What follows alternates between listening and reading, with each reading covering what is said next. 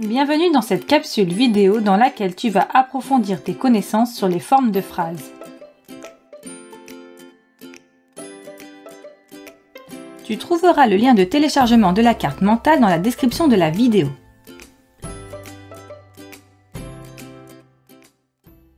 Nous allons étudier 4 formes de phrases, les formes négatives et exclamatives que tu connais déjà, et les formes passives et impersonnelles que tu vas découvrir. Rappelons dans un premier temps ce qu'est la forme négative. Tu as déjà appris que la forme négative s'utilise pour exprimer une négation, c'est-à-dire pour nier, refuser ou interdire quelque chose. Comment reconnaître cette forme? Grâce aux adverbes de négation, qui vont obligatoirement par deux. Il y a par exemple ne pas, ne jamais, ne rien ou ne plus, avec le ne qui peut devenir n'. La forme négative s'oppose à la forme affirmative. Par exemple, le contraire de « cette voiture est rapide » et « cette voiture n'est pas rapide ». Celui de « je suis encore dans la cuisine » et « je ne suis plus dans la cuisine ». Ou alors « j'ai toujours menti » devient « je n'ai jamais menti » à la forme négative. Après ce rappel sur la forme négative, il est temps d'approfondir un peu plus la forme exclamative. Comme tu le sais déjà, la forme exclamative s'utilise pour exprimer une émotion ou un sentiment. Elle ajoute un aspect affectif à l'intention du type de la phrase. Par exemple, dans la phrase « La lionne est superbe », le locuteur fait une constatation. Par contre, avec la forme exclamative « La lionne est superbe », il fait une constatation en exprimant aussi de l'admiration.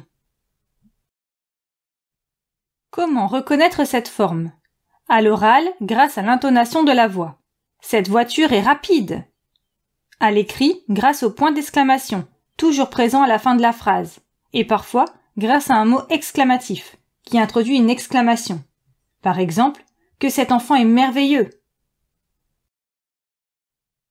Comme tu as pu le remarquer dans certains exemples, une phrase à la forme exclamative est souvent non verbale. Elle ne contient aucun verbe. Il peut s'agir d'une interjection, un petit mot qui exprime une émotion. Oh, ah, Burk, etc. Ou d'un groupe nominal introduit par un mot exclamatif. Dans l'exemple « Oh, quelle lionne superbe !» il y a 2 phrases exclamatives, reconnaissables aux 2 points d'exclamation. La première est composée d'un seul petit mot, qui exprime la surprise ou l'admiration. Oh! Il s'agit d'une interjection. Dans la seconde, on remarque qu'il n'y a pas de verbe. Il s'agit d'un groupe nominal. Découvrons à présent ce qu'est et comment reconnaître la forme passive. La forme passive est utilisée pour exprimer une action subie par le sujet.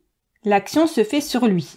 Il faut donc mettre le verbe à la voix passive, qui se construit avec l'auxiliaire être, suivi du verbe au participe passé. Il faut faire attention à ne pas confondre le passé composé et la voix passive.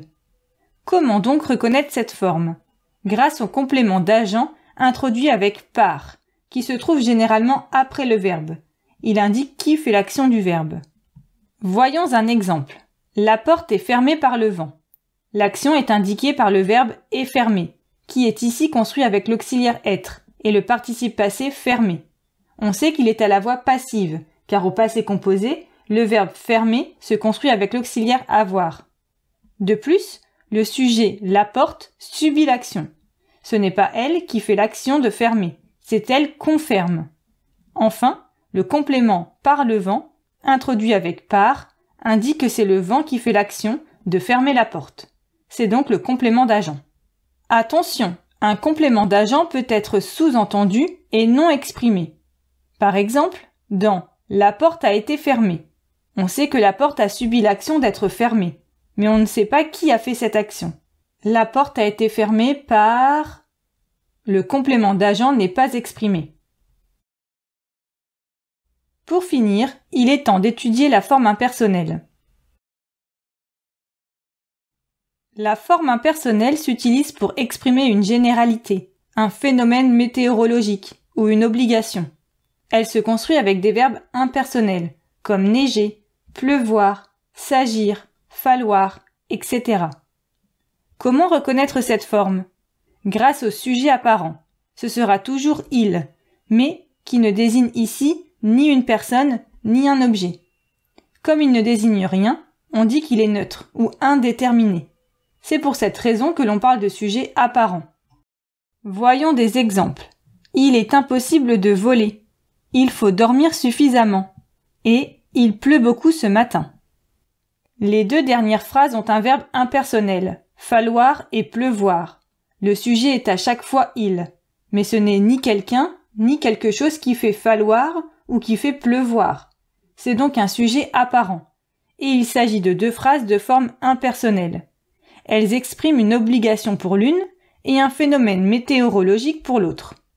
La première phrase, quant à elle, a pour verbe « est », qui n'est pas un verbe impersonnel. Cependant, son sujet « il » ne désigne toujours ni quelqu'un ni quelque chose. Être impossible de voler n'est pas une caractéristique pour une personne ou un objet. Il s'agit d'une généralité exprimée avec un sujet apparent. Il s'agit aussi d'une phrase impersonnelle. Et voilà, dans cette capsule vidéo, tu as approfondi tes connaissances sur les formes négatives et exclamatives. Et tu as appris à reconnaître et utiliser les formes passives et impersonnelles. N'oublie pas de télécharger la carte mentale associée à cette leçon. Le lien de téléchargement se trouve dans la description de cette vidéo. Tu trouveras aussi de nombreuses fiches d'exercices et des quiz pour t'entraîner. À bientôt!